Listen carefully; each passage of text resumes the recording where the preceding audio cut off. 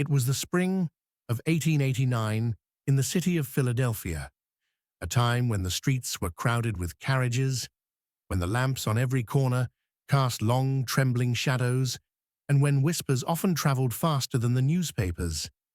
Behind closed doors, in quiet neighborhoods where families lived seemingly ordinary lives, secrets were kept, but no one imagined that within one small home, a woman would orchestrate a series of acts so chilling, so deliberate, that her name would echo through history with horror.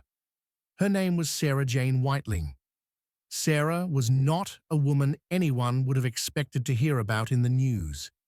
She lived with her husband and children in what seemed to be a modest and unremarkable household.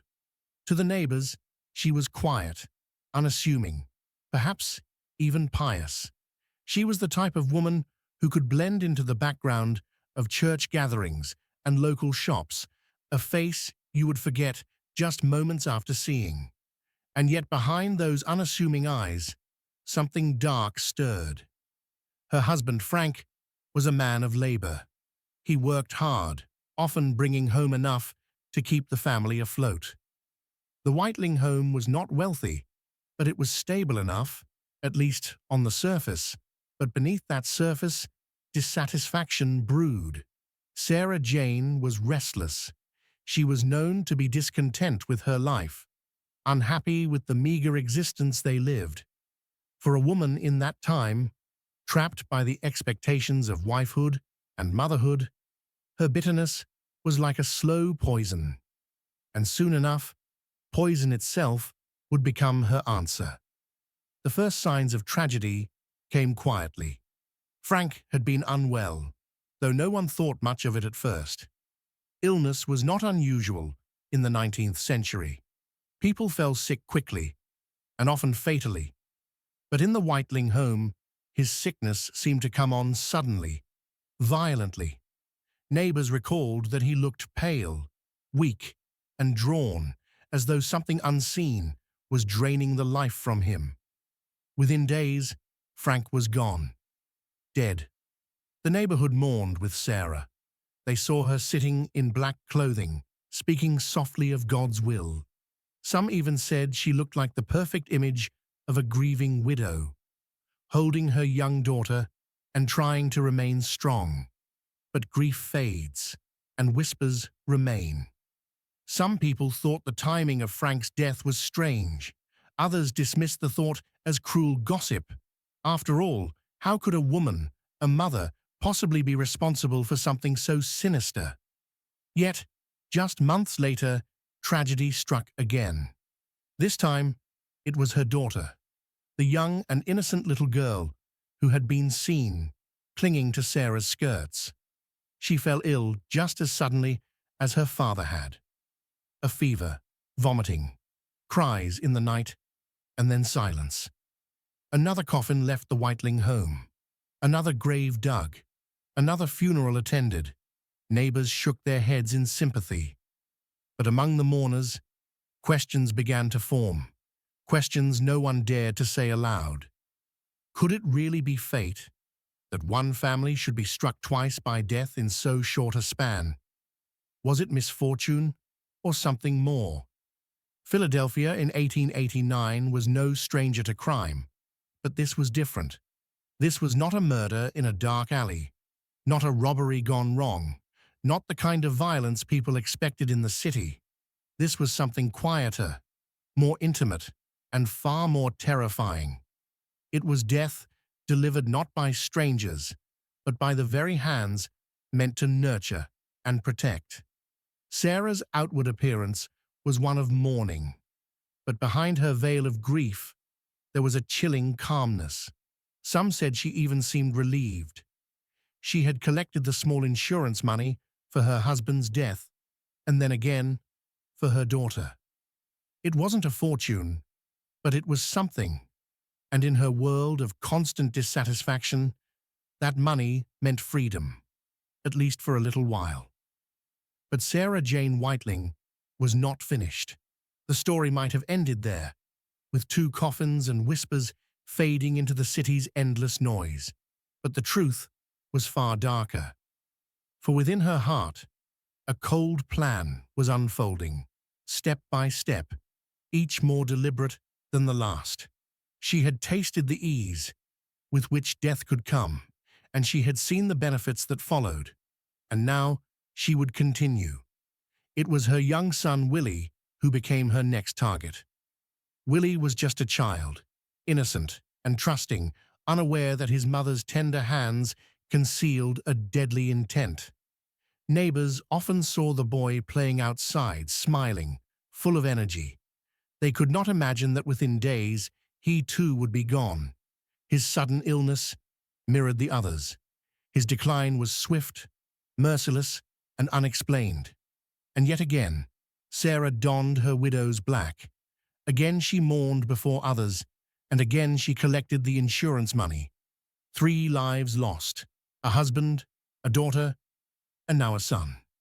All under the same roof, all within the span of a single year. Philadelphia's whispers were no longer whispers. They were suspicions, sharp and unignorable. Authorities began to take notice. Insurance companies grew wary. Doctors wondered how one family could be so tragically cursed. And in the darkness of that year, in the shadows of the Whiteling home, the truth was beginning to claw its way into the open. Sarah Jane Whiteling thought herself clever, thought herself untouchable. But the web she had woven was unraveling, and the city was about to learn the chilling reality of the woman they had pitied, the mother they had comforted, the widow they had prayed for. Because Sarah Jane Whiteling was not a victim. She was the executioner.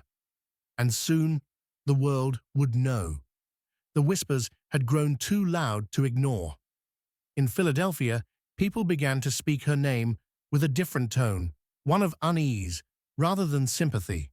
A husband gone, a daughter buried, a young son lowered into the ground, all within months of each other. It was a pattern too sharp to be dismissed as mere misfortune. The community, once offering comfort, now watched Sarah Jane Whiteling with cautious eyes.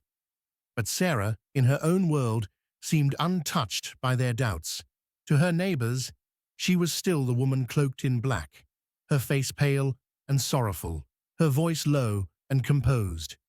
She played the role of the grieving mother with such conviction that some still pitied her.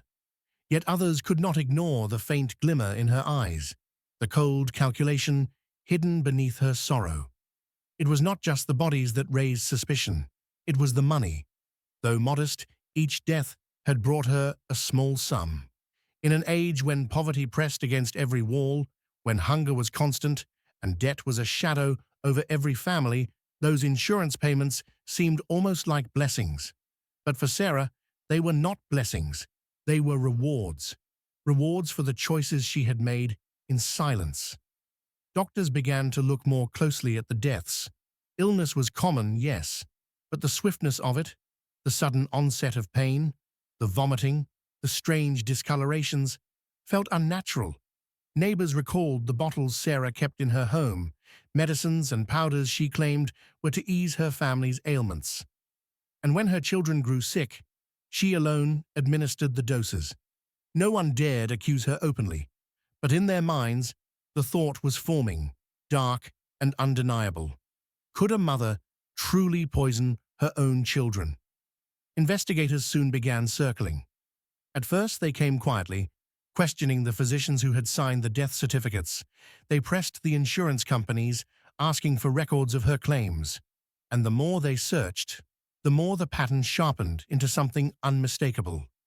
The deaths were not acts of God, not cruel chance. They were deliberate. They were planned. Sarah herself, though, carried on as if nothing was amiss. She attended church, spoke of God's will, and let the world believe she was enduring unbearable grief with grace. But behind her doors, her composure cracked. Some said she became restless, pacing the floors at night, whispering to herself. Others claimed she seemed almost defiant, as though daring anyone to challenge her. Then came the visit from the authorities. They stood at her door, asking for answers. They questioned her gently at first, about her husband's sudden sickness, about the illnesses of her children, about the curious timing of it all. Sarah met their eyes, calm and collected, speaking of God's plan, of sickness that came without warning. But even as she spoke, the men could see something strange. She did not tremble. She did not weep. Her voice did not falter. Instead, there was a stillness to her, a chilling kind of steadiness, as though she had rehearsed every word. Soon after, the decision was made. The bodies would be exhumed. It was a grim affair, one that drew whispers and crowds as coffins were lifted from the earth. Neighbors who had stood beside Sarah at funerals now stood at a distance, watching as the graves were opened. Doctors and coroners gathered, their tools ready, their eyes sharp. And when the examinations began, the truth could no longer be hidden. In the remains of her husband and children, traces of poison were found. Arsenic, the silent killer of the 19th century. Easy to obtain, easy to conceal, and deadly in the smallest of doses. The evidence was undeniable. Sarah Jane Whiteling, the grieving widow, the weeping mother, was not who she seemed. She was the hand that poured the powder, the hand that fed death to her family, one by one. The city erupted in shock. Newspapers printed her name in bold letters. Neighbors recoiled, some refusing to believe it, others whispering that they had always known something was wrong. To the people of Philadelphia, it was unthinkable. A woman, a mother, accused of murdering her own husband, her own daughter, her own son. It went against every image of motherhood, every sacred bond. And yet, here it was, chilling proof. Sarah was taken into custody. Her quiet home, once filled with whispers of sympathy, now stood as a house of horrors. Crowds gathered outside the jail to catch a glimpse of her. Some expected her to break down, to scream or beg, to collapse under the weight of accusation. But Sarah remained composed, cold, almost detached. When asked why she had done it, her answers shifted. At times, she spoke of money, of the insurance payouts that gave her relief from hardship. Other times, she said it was God's will, that she had acted under a divine command, that her family had been spared from a life of sin. Her words confused and unsettled, leaving even the investigators shaken. Was she a cold-blooded murderer, or a woman deluded by twisted belief? The trial was set, and with it came a storm unlike anything the city had seen. Reporters flocked to the courthouse, spectators lined up to witness the proceedings. Every detail of Sarah Jane Whiteling's life was dragged into the light. Her letters, her purchases, her movements, her expressions. The prosecution painted her as a monster in human form, a woman without remorse. The defense struggled to explain, to humanize her, to give reason where there was none. And through it all, Sarah sat in silence, unmoved, detached, as if the world outside her mattered little. But soon, the walls would close in. The evidence was clear, the poison undeniable, the pattern unmistakable, and Sarah Jane Whiteling would face the one fate she could not escape. The courthouse in Philadelphia had never seen such a crowd. Day after day, people lined the steps, craning their necks for a glimpse of the woman who had become the city's darkest obsession. Newspapers fed the frenzy, printing sketches of her pale face, her expressionless eyes, her somber clothing. They called her the Philadelphia murderess, the widow of death, and even the mother who poisoned her family. Inside the courtroom, the air was heavy, the silence broken only by the shuffle of papers and the voices of attorneys. Sarah Jane Whiteling sat quietly, her hands folded neatly in her lap, her gaze distant. To many who watched, she seemed less like an accused murderer and more like a ghost. She rarely moved, rarely reacted, even as the evidence was read aloud, even as her crimes were laid bare before the jury.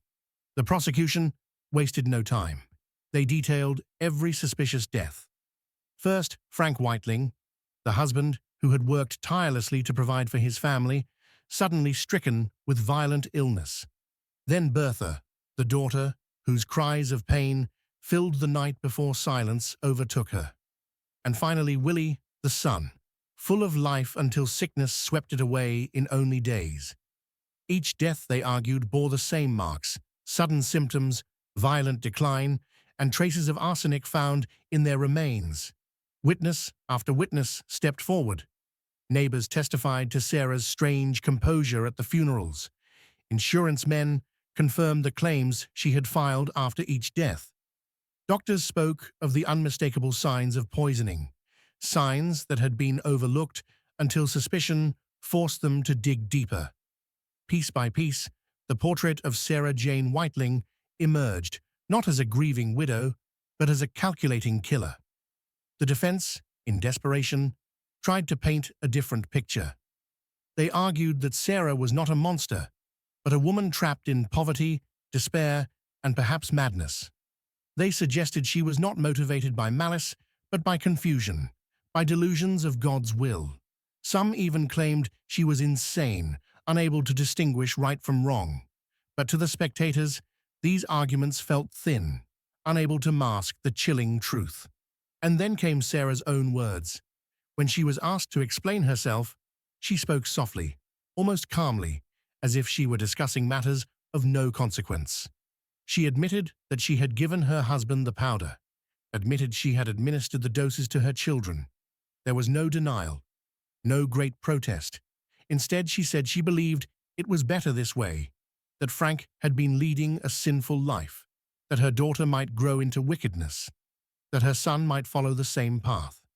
She spoke of sin and salvation, of sparing them from the corruption of the world. The courtroom shuddered. To hear a mother speak of killing her children as though it were an act of mercy was more horrifying than any denial could have been. Her calmness, her conviction, her lack of remorse chilled every listener to the bone. The newspapers seized on her words, printing them in bold headlines. "She felt it best to kill them," one paper declared. "Mother speaks of God's command," another cried. The public was divided between horror and fascination. Some believed she was a madwoman, unfit to stand trial. Others saw her as evil incarnate, a woman who had traded humanity for cold calculation. But the jury's task was not to debate morality, it was to weigh the facts. And the facts were undeniable. Days of testimony built into a case so strong that even Sarah's stillness could not shake it. The jury returned, their verdict clear. Guilty. Guilty of murder in the first degree. Guilty of poisoning her own flesh and blood. The sentence was death. And with that, Sarah Jane Whiteling became the first woman in Philadelphia to be sentenced to die by hanging. The announcement shook the city. Some recoiled at the idea of executing a woman, a mother. Others demanded nothing less than her death, calling it justice for the innocent lives she had taken. As the date drew closer, crowds gathered at the prison, hoping to catch sight of her, to glimpse the woman who had become both a fascination and a nightmare. Yet Sarah remained as she had always been, quiet, distant, almost eerily calm. She prayed, she read scripture, and she spoke little of regret. When visitors came, she did not plead for her life. When questioned, she did not beg for forgiveness. It was as though she had already resigned herself to her fate, as though death meant little to her now. But the city could not look away. The story of Sarah Jane Whiteling had become more than a trial, more than a crime. It was a reflection of fear itself, the fear that evil could wear the face of a mother, that poison could be delivered by loving hands, that danger could live not in the shadows of the streets, but within the walls of a family's home. And as the day of execution approached, all of Philadelphia held its breath. The prison walls were cold, their stone faces unyielding, and behind them, Sarah Jane Whiteling awaited her fate. Outside, the city buzzed with anticipation. For weeks, newspapers had carried every detail of her trial, every whisper of her behavior, every rumor about her final days. Philadelphia had become obsessed with her story. To some, she was a monster. To others, a curiosity. But to all, she was the woman who had crossed the sacred line between motherhood and murder. The execution date drew closer with each passing day, and with it came an almost unbearable tension. Crowds gathered outside the prison gates, their voices echoing against the stone walls. Some came to jeer, to shout curses into the air. Others came out of a strange fascination, unable to resist the lure of death's spectacle. They wanted to see how this woman would face the noose. Inside her cell, Sarah remained unnervingly calm. God spoke of her composure, of how she rose each morning to pray, how she read her Bible with steady hands. She spoke little, even to the chaplains who visited her, though she often muttered of God's will, of sin, of salvation. If fear stirred within her, she did not show it. If regret burned in her soul, she did not speak it. In the final days, visitors were permitted to see her. Some came out of duty, others out of curiosity. Reporters begged for interviews, hoping for one last chilling statement to print on their front pages. Sarah, however, gave them little. Her words were vague, her tone flat. She spoke of God's mercy, of forgiveness, of her belief that her children were spared from sin. There was no weeping, no dramatic outburst, only the same quiet detachment that had haunted her from the beginning. The city's debate raged on. Was she insane, her mind broken by delusion, or was she calculating to the very end, cold and deliberate in her choices?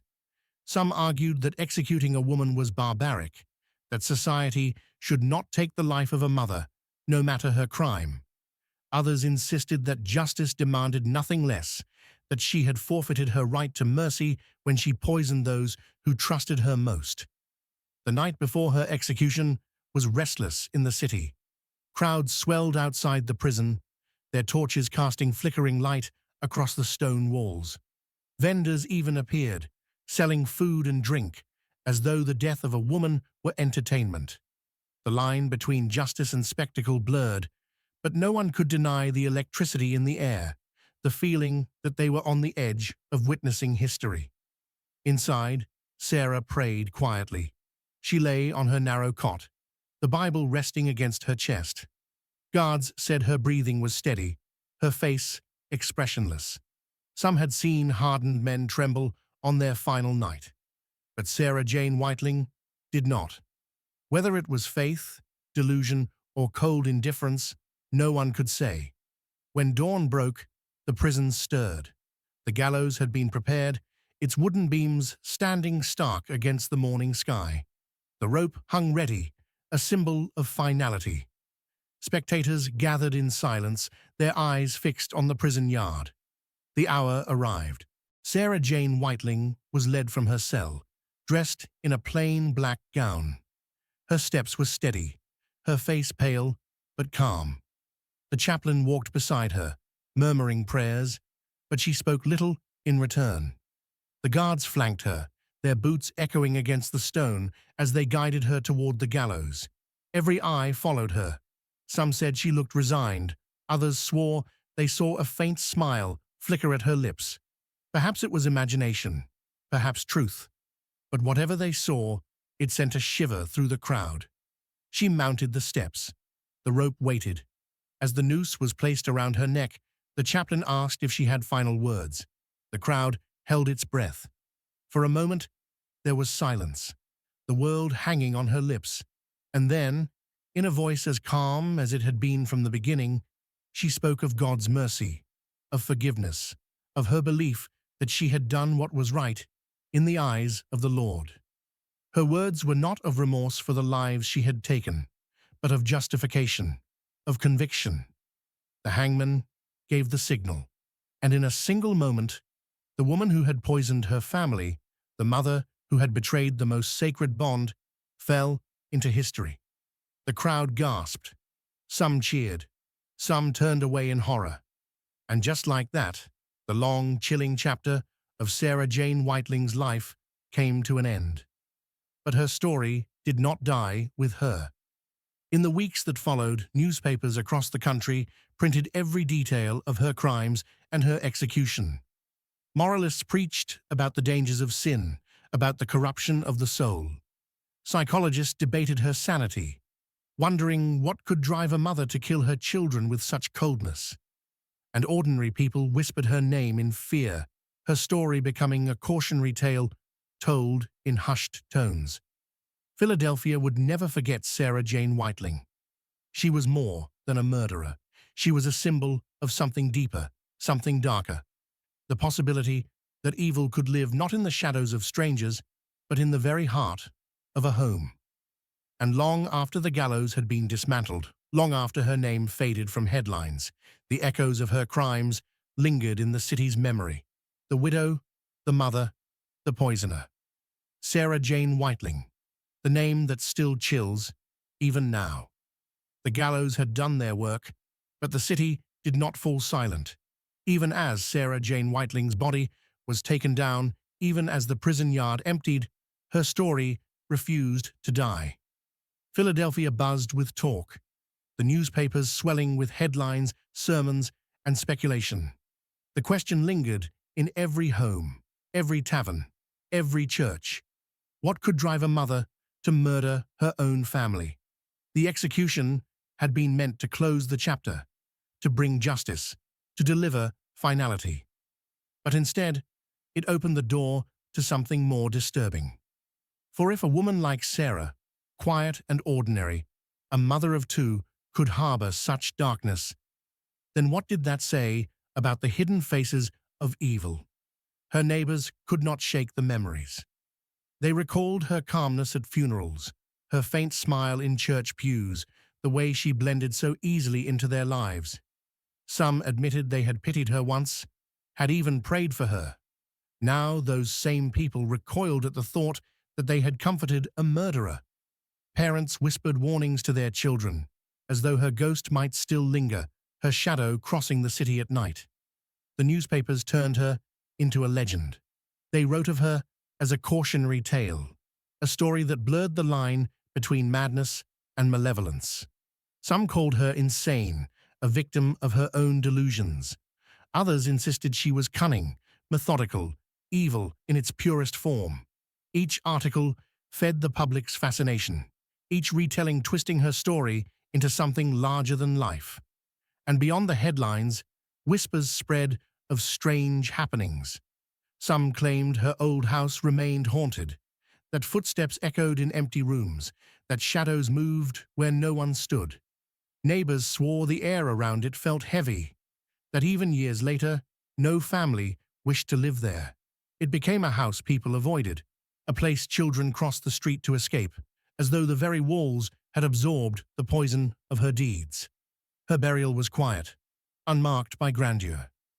There were no mourners, no procession, only the dull thud of earth striking wood. But even in death, Sarah could not rest. The city would not let her. She became a name spoken in fear, a ghost that walked in stories told late at night, a reminder that evil sometimes hides in plain sight.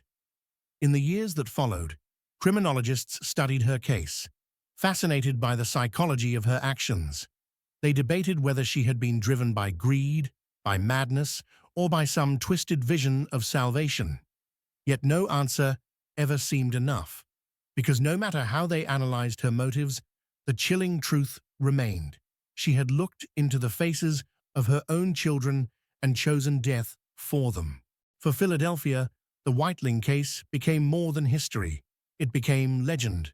Teachers spoke of it when warning of moral corruption. Preachers wove it into sermons about sin and temptation. And for decades, whenever a new crime shocked the city, people remembered her. They remembered the woman who wore sorrow like a mask, who poured poison with steady hands, who prayed even as she planned death. Even now, more than a century later, her name still surfaces in whispers, in true crime accounts, in the haunted annals of the past. Her story clings to the city like a shadow, a reminder that evil is not always loud, not always monstrous in appearance. Sometimes it sits quietly at a dinner table. Sometimes it smiles from behind a veil of grief. Sometimes it is a mother's hand offering comfort and delivering death. Sarah Jane Whiteling may have died on the gallows, but her ghost lives on in the darkest corners of memory, in the uneasy truth she left behind, that the most ordinary face may hide the most extraordinary horror, and that trust, once betrayed, can echo through eternity. The execution may have silenced Sarah Jane Whiteling's voice, but it gave birth to something far louder, the endless echo of her story. Philadelphia's newspapers turned her life and death into a spectacle that gripped the nation. Every detail was printed, from the meals she ate in prison, to the words she spoke to her chaplain, to the description of the black gown she wore at the gallows. Readers devoured each article, shivering as they imagined her pale face, her calmness, her chilling final words. But the coverage was not uniform. Some papers painted her as a monster, a cold-blooded killer who had betrayed every sacred bond of family and faith. They described her as the devil in widow's clothing, as the serpent in the home. Their words dripped with outrage, their ink a weapon meant to condemn her forever. Other papers, however, sought to complicate the narrative. They asked whether Sarah had been sane, whether poverty and isolation had twisted her mind into something unrecognizable. They printed interviews with neighbors who recalled her as a quiet, lonely woman, one who seemed almost broken long before the poison. These accounts unsettled readers, raising questions they could not easily answer. Was Sarah Jane Whiteling born evil, or was she shaped by the cruelty of her world? The trial transcripts, too, became a subject of fascination. People read and reread her testimony, her calm admissions, her chilling rationalizations. Her words about sparing her family from sin were repeated in churches, debated in homes, analyzed in lecture halls. Some saw them as the ravings of madness. Others saw them as a cold philosophy, terrifying in its logic. The press fueled not only fascination, but fear. Mothers were whispered about more harshly, every act of cruelty magnified under Sarah's shadow. Stories of women buying arsenic at local shops were watched with suspicion. Rumors spread of wives who might one day follow Sarah's path, of women who smiled sweetly while hiding poison in their cupboards. The case became more than history. It became myth. Part 7, approximate 2 hours narration. Long after the headlines faded, scholars and doctors took up the case. The field of psychology was young in the late 19th century, but already minds were trying to explain the unexplainable. Sarah Jane Whiteling's actions became a subject of study. Some experts labeled her a moral imbecile, a term of the time for those who seemed unable to grasp morality. They argued she lacked the natural feelings of motherhood, that she was born without the instincts of care and protection. To them, she was an anomaly of nature, a rare glimpse of evil in female form. Others believed her mind had been warped by religion, that her obsession with sin and salvation had pushed her into delusion. They pointed to her words about sparing her children from wickedness, about God's will guiding her hand. Perhaps, they argued, she was less murderer and more zealot, twisted not by greed, but by a distorted faith. And still others saw her simply as cold and calculating, a woman driven by money, by the lure of insurance payouts. They said her talk of God was nothing more than a mask, a convenient excuse for the truth, that she valued money more than blood. The debates raged on, but no answer was ever final.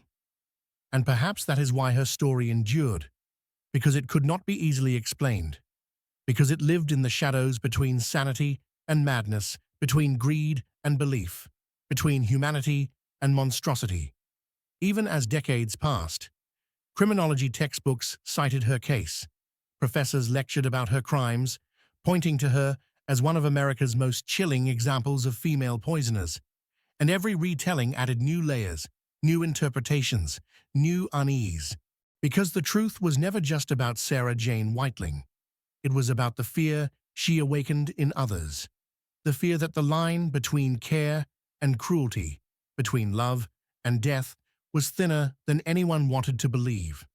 And so, Sarah Jane Whiteling's story slipped from fact into folklore. By the turn of the century, her case was spoken of less in courtrooms and more in hushed tones, in ghost stories whispered by candlelight. Children were warned not to stray too close to her old home, for it was said her spirit lingered there, restless and unrepentant. Neighbors swore they heard footsteps in the night, that shadows moved across the windows, though no one lived inside. Some even claimed the smell of bitter almonds, the telltale scent of arsenic, hung in the air on certain nights. Stories grew with each retelling. Some said her ghost was seen in the prison yard, pacing the place where the gallows once stood. Others said she wandered graveyards, searching for the bodies of her husband and children, unable to rest after betraying them. And still others claimed she appeared in dreams, her pale face hovering above the beds of those who had studied her crimes too closely. The truth of these tales mattered little. What mattered was the chill they left behind, the reminder they carried. Because Sarah Jane Whiteling had become more than a woman, more than a murderer. She had become a symbol, a spectre, a warning. And even now, more than a century later, her story refuses to fade.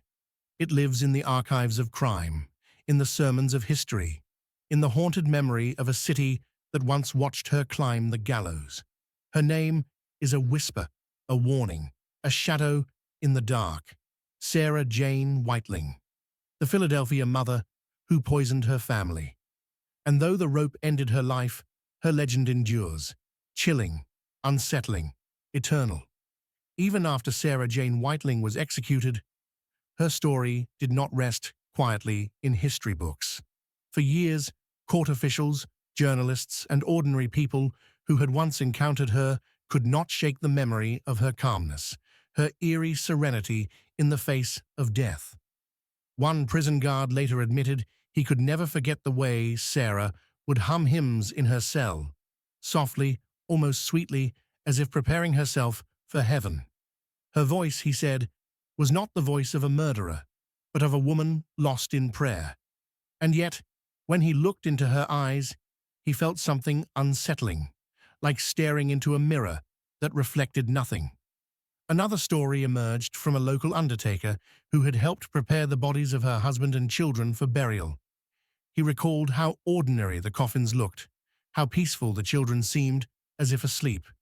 But when news broke of Sarah's guilt, he claimed he could never pass their graves without feeling a weight in his chest. "They sleep," he whispered, "but she never will." The townsfolk carried the memory too. Some avoided the streets where Sarah once lived, convinced her presence lingered. Parents told their children not to speak her name at night, lest her ghostly shadow appear at the window. The city itself seemed to carry a scar, a reminder that evil could wear the face of a mother. But beyond the fear and folklore lay a deeper unease.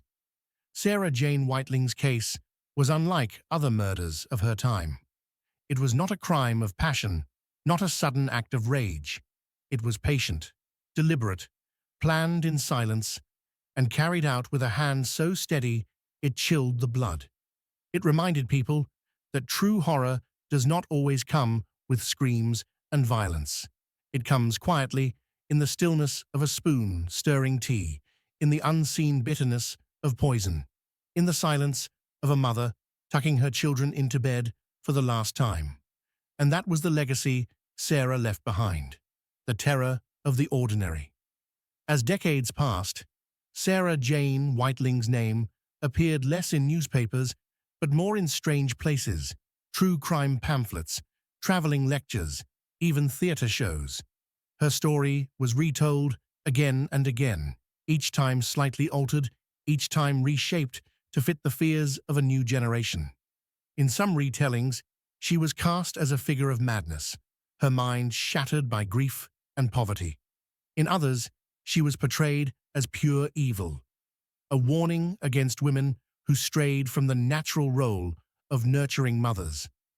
And in still others, she became something darker, almost supernatural, an emblem of death itself.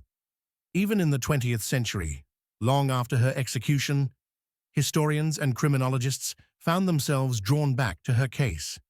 They studied her letters, her confession, the court transcripts. They asked, why did she really do it? Was it money? Was it religious delusion? Was it simply a lack of empathy?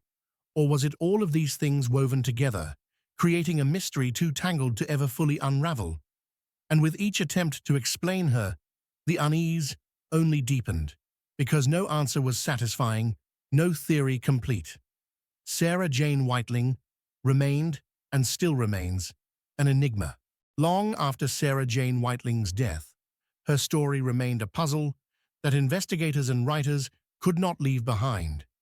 Some said her case was one of the earliest examples of what criminologists would later call the family annihilator. But unlike others who killed their families in bursts of rage, Sarah acted slowly, silently, and almost with devotion, as if she were carrying out a sacred duty only she understood. The letters she left behind were studied over and over again. In them, Sarah never seemed to express guilt the way most killers did. Instead, her words carried a strange calmness, even tenderness, as if she believed she had done her family a favor. She wrote of heaven, of peace, of freedom from suffering. To her, perhaps, death was not an end, but a release. But release from what? From poverty? From sin? From life itself? Newspaper reporters of the time painted her in many ways. Some described her as a frail, pitiful woman, broken by hardship and driven mad by religion. Others wrote of her with venom, calling her a monster in human skin. Yet when photographs of her were circulated, many were shocked. She did not look like a monster. She looked like a quiet widow, pale and ordinary, the kind of woman one might pass on the street without a second glance. And perhaps that was what made her so terrifying. Because if evil could wear such an ordinary face, then it meant no one was safe. It meant that the next quiet neighbor, the next gentle mother, might carry the same silence, the same shadow behind her eyes. Historians later found that arsenic poison, the weapon Sarah had chosen, was frighteningly common in the 19th century. It could be bought easily from local shops, disguised as medicine or pest control. But while others used it for rats or insects, Sarah used it against those she tucked into bed. The very ease of its purchase became a symbol of hidden danger, a reminder that death could be waiting in the simplest of things: a spoonful of pudding, a sip of tea, a dose of medicine. And so, her case became more than a crime. It became a warning, a whisper that told society, evil does not always shout. Sometimes it sings lullabies. Years turned into decades, but the story of Sarah Jane Whiteling lingered in Philadelphia like an unhealed wound. Folklore began to twist around her memory.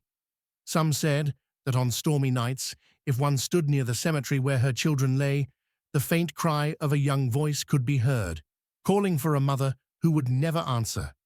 Others whispered that Sarah's spirit roamed near the site of the old prison, dressed in black, her eyes fixed on the gallows where her life had ended. But beyond the ghost stories, there was something else, something more unsettling. People could not agree whether Sarah was truly wicked or simply broken. Some claimed she was insane, that her mind had fractured under the weight of grief, poverty, and loneliness. Others argued she was calculating, deliberate, and fully aware of what she had done. And in that argument lay the deepest fear, that perhaps both were true. In later years, criminologists often returned to her story in their lectures. They spoke of the way she planned her crimes, the coldness of her methods, the strange calm she displayed in court.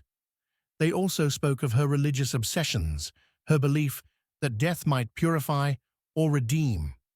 In Sarah's case, crime and faith had twisted together into something dangerous, something unrecognizable.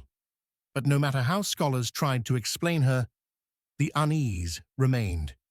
Even now, more than a century later, her name carries a chill.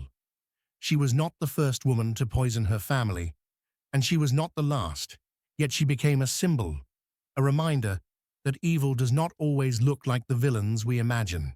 Sometimes it looks like a mother kissing her children goodnight.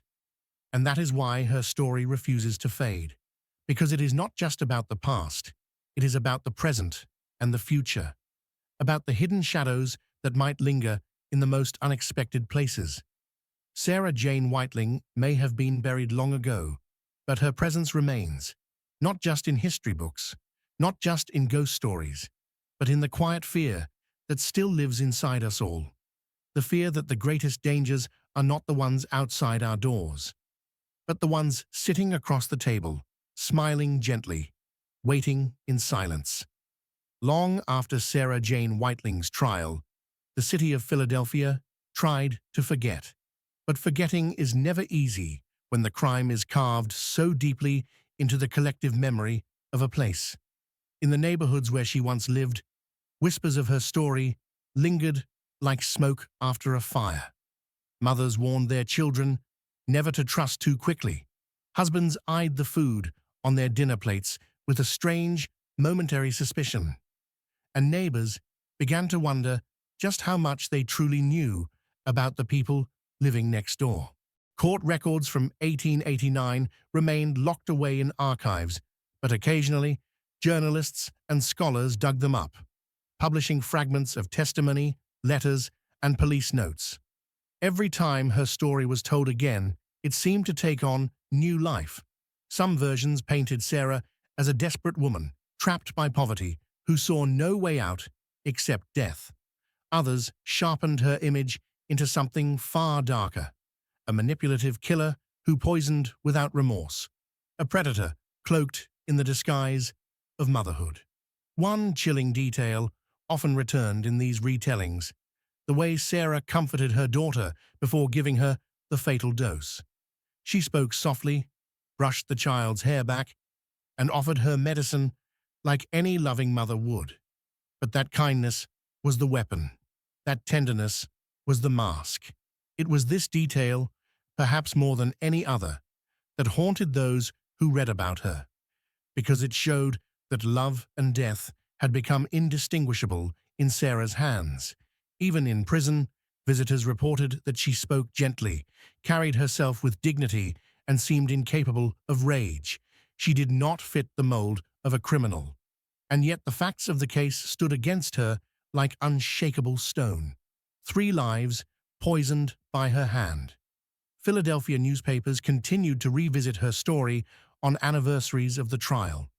They reminded the public of the execution, of the gallows, of the crowd that had gathered to witness her final breath. Some articles were written as warnings, others read more like ghost stories. But all of them circled the same chilling truth. Sarah Jane Whiteling was proof that monsters do not always look like monsters. By the turn of the century, Sarah's name had become something of a legend, a dark reminder that history does not only remember heroes, it also remembers the shadows they leave behind. In lecture halls, criminologists used her case to illustrate the psychology of poisoners. Unlike killers who used knives or guns, poisoners were often quiet, meticulous, and patient. They relied on trust. They needed closeness. Their weapon was not violence, but intimacy. And that was why they were feared most of all. Sarah's case became a textbook example, a story professors told to their students as a warning. Never underestimate the mask of gentleness. But outside of academia, Sarah's story slipped into folklore. Some people believed her ghost wandered the corridors of the old prison, searching for her children. Others swore that if one visited the cemetery on a cold autumn night, they might hear the faint sound of a woman's voice reciting prayers in the dark. It was said that the ground itself seemed colder where she was buried, as though the earth could not forget what it held. The truth, of course, was less supernatural, but far more unsettling. Because while the city grew, while new crimes filled the headlines, The unease her story created never fully faded. She had taken something sacred, the bond between mother and child, and turned it into a weapon. And once a society witnesses such a betrayal, it can never look at motherhood the same way again. What made Sarah's story endure was not just the crime itself, but the silence that surrounded it. She never screamed, never raged, never fought. She killed as she lived, quietly, secretly, almost invisibly. And that was what terrified people most. Because if Sarah Jane Whiteling could walk unnoticed through life, hiding her darkness behind a soft face and gentle manner, then how many others might be hiding in plain sight? The thought lingered, the fear grew, and her name remained.